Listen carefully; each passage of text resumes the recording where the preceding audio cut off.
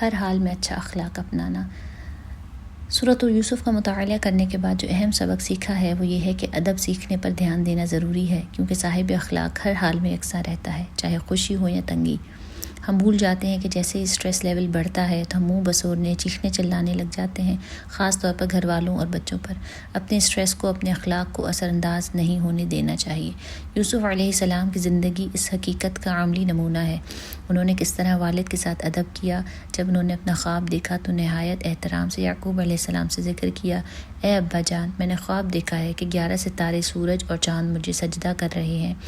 عزیز مصر کی بیوی کے ساتھ وقار، جب اس نے بہکانے کی کوشش کی تو بدتمیزی یا سخت لہجے کے بجائے مؤدب انداز میں جواب دیا، اللہ کی پناہ، وہ میرے آقا اس نے مجھے عزت سے رکھا ہے۔ قید میں بھی حسن اخلاق، جب قیدیوں نے خوابوں کی تعبیر پوچھی تو یوسف علیہ السلام نے نرمی اور احترام سے گفتگو کی، جس پر انہوں نے آپ کو نیکوکار کہا۔ بادشاہ کے دربار میں عزت و وقار، جب بادشاہ نے بلایا تو بغیر تحقیق کے باہر جانے کے بجائے پہلے اپنی بے گناہی ثابت کروائی تاکہ ان کی عزت پر کوئی حرف نہ آئے۔ بھائیوں کے ساتھ اس نے سلوک، جنہوں نے انہیں کنویں میں پھینکا تھا، انہی کے سامنے جب یوسف علیہ السلام کی حقیقت کھلی تو انتقام لینے کے بجائے نرمی و شفقت سے پیش آئے۔ آج تم پر کوئی ملامت نہیں، اللہ تمہیں معاف کرے۔ یوسف علیہ السلام کی زندگی آزمائشوں سے بھری تھی، کنویں کی تاریکی، غلامی کی سختی، قید کی تنہائی، مگر ان کے اخلاق کبھی نہ بدلے، نہ شکوہ کیا، نہ تلخی اپنائی، بلکہ ہر حال میں صبر، شکر اور حسن سلوک کو ترجیح دی۔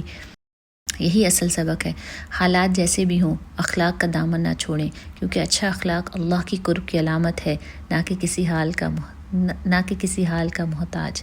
اللہم اہدنی لأحسن الاخلاق لا یہدی لأحسنها الا انت واصرف عنی سیئها لا یصرف عنی سیئها الا انت۔ اے اللہ مجھے بہترین اخلاق کی ہدایت دے، کہ بہترین اخلاق کی ہدایت تو صرف تو ہی دے سکتا ہے، اور مجھ سے برے اخلاق کو دور فرما، کیونکہ انہیں مجھ سے دور کرنے والا بھی صرف تو ہی ہے۔ آمین۔